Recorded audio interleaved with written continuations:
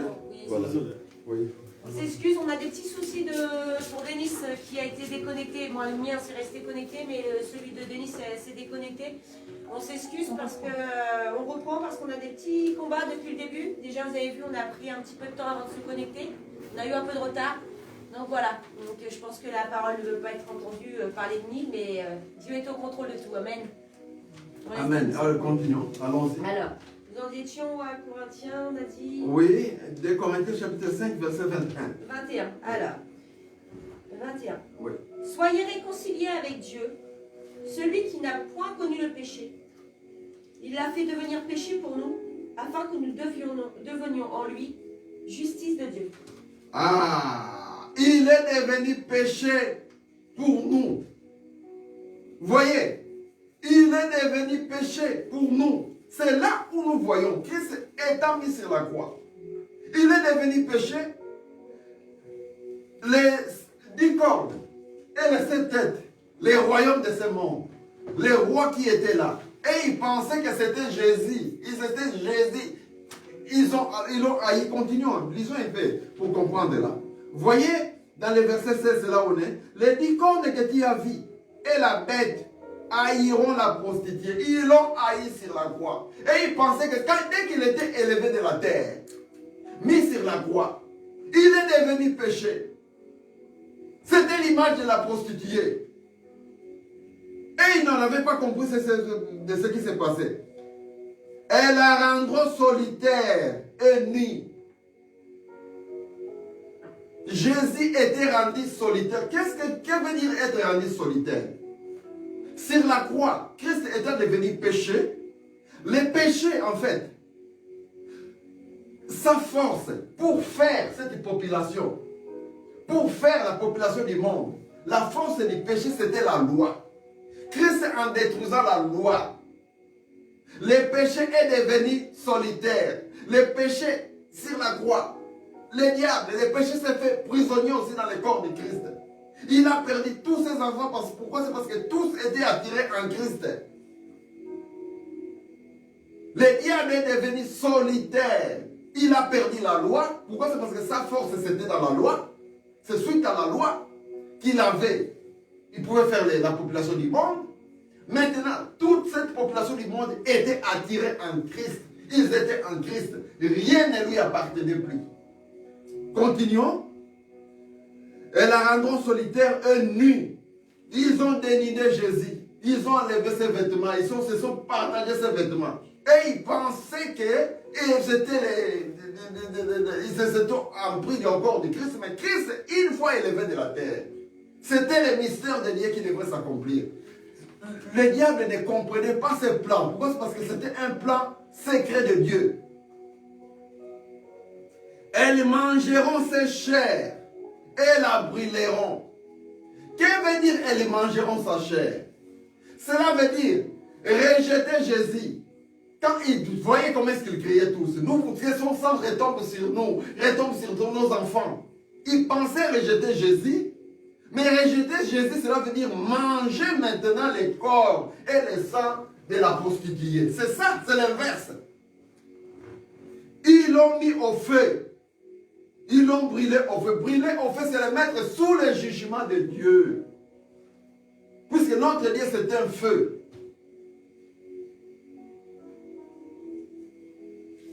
Dans les versets que vous pouvez continuer. Car Dieu a mis dans leur cœur d'exécuter son dessein et d'exécuter un même dessein et de donner leur royauté à la bête jusqu'à ce que les paroles de Dieu soient accomplies. Et la femme que tu as vue, c'est la grande ville qui a la loyauté sur les rois de la terre.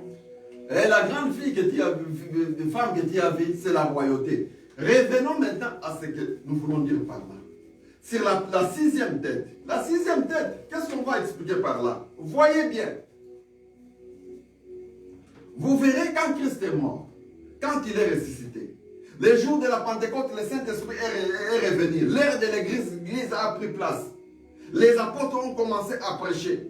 Vous verrez, l'Église catholique, c'est une église qui est née vers l'an 280 de notre histoire, de notre temps. Vers l'an 280. avons, qu'est-ce qu'on a vu par là? Nous allons voir. Voyez l'Église catholique. Comment elle est née.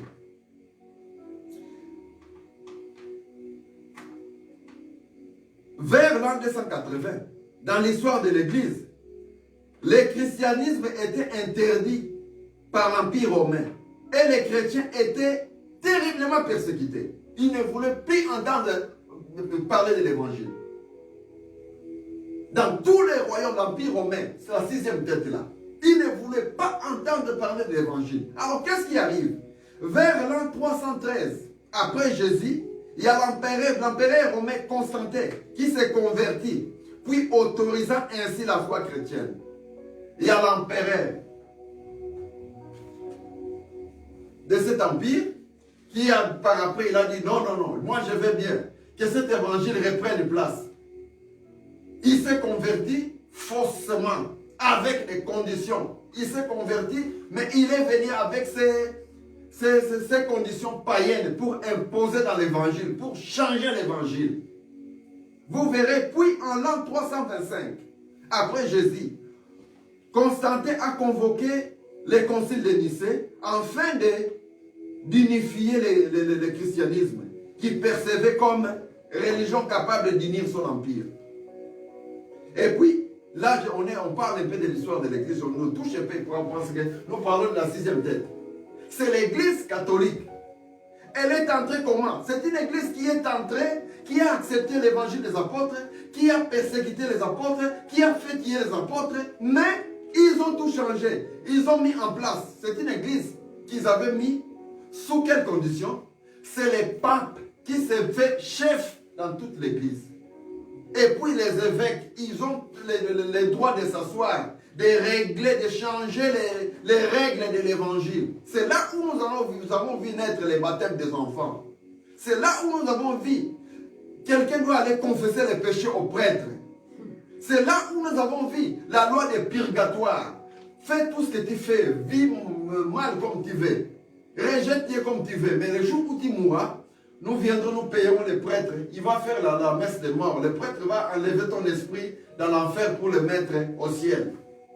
C'est là où nous avons vu les indulgences. Il faut payer les indulgences pour que vos âmes sortent du lien de difficulté pour que ça parte vers les paradis. Voyez les tels processus. C'est là où nous avons vu le culte de Marie est venu. C'était, à l'époque, c'est le culte, il servait les dieux Isis.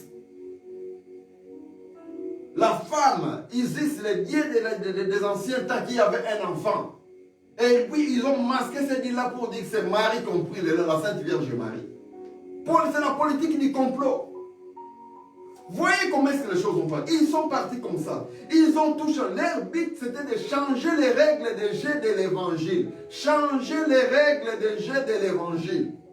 C'est là où vous voyez la dernière tête, le protestantisme.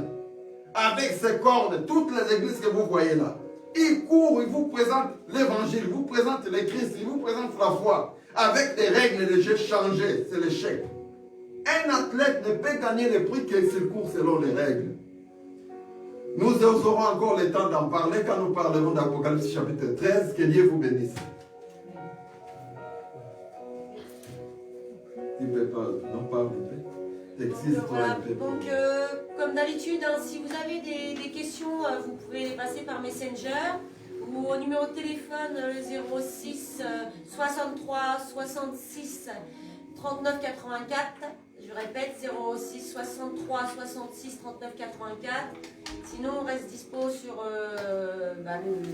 Messenger et je transmets toutes les questions vers Denis qui pourra vous répondre. Voilà. Donc on va quitter ce petit direct. On s'excuse pour les petits désagréments qu'on a eus. On a eu beaucoup de combats, je veux dire franchement, du début jusqu'à maintenant. Donc voilà, Dieu était au contrôle, Dieu a permis, amen. Gloire au Seigneur. Et on va terminer avec la prière. Voilà. Frère Antoine, vous pouvez prier pour nous. Ok, pas de souci. Merci Seigneur pour ce temps d'enseignement que Denis nous a donné aujourd'hui sur l'Apocalypse.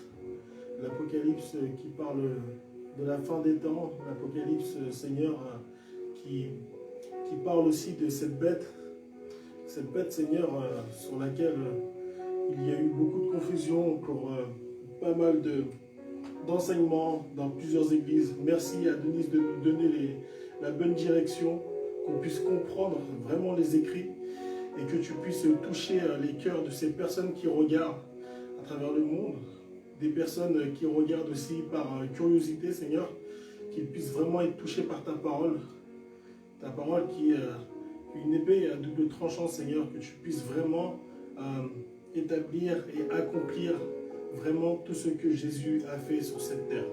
Amen. Amen. Que Dieu vous bénisse. Soyez bénis, frères et sœurs et amis, tous ceux qui regardent. Amen. En tout cas, petit bandeau, hein, le mien, il Oui, est... il ne faut pas couper. Attends, Tu combat. Oui, combat. on va faire ça. Ouais. Ouais, je vais te renvoyer l'autre, t'inquiète Voilà. pas, Denise, parce que je pense que tu n'as pas dû l'avoir. Hop, partager. Hop, hop. Tu mets le sujet.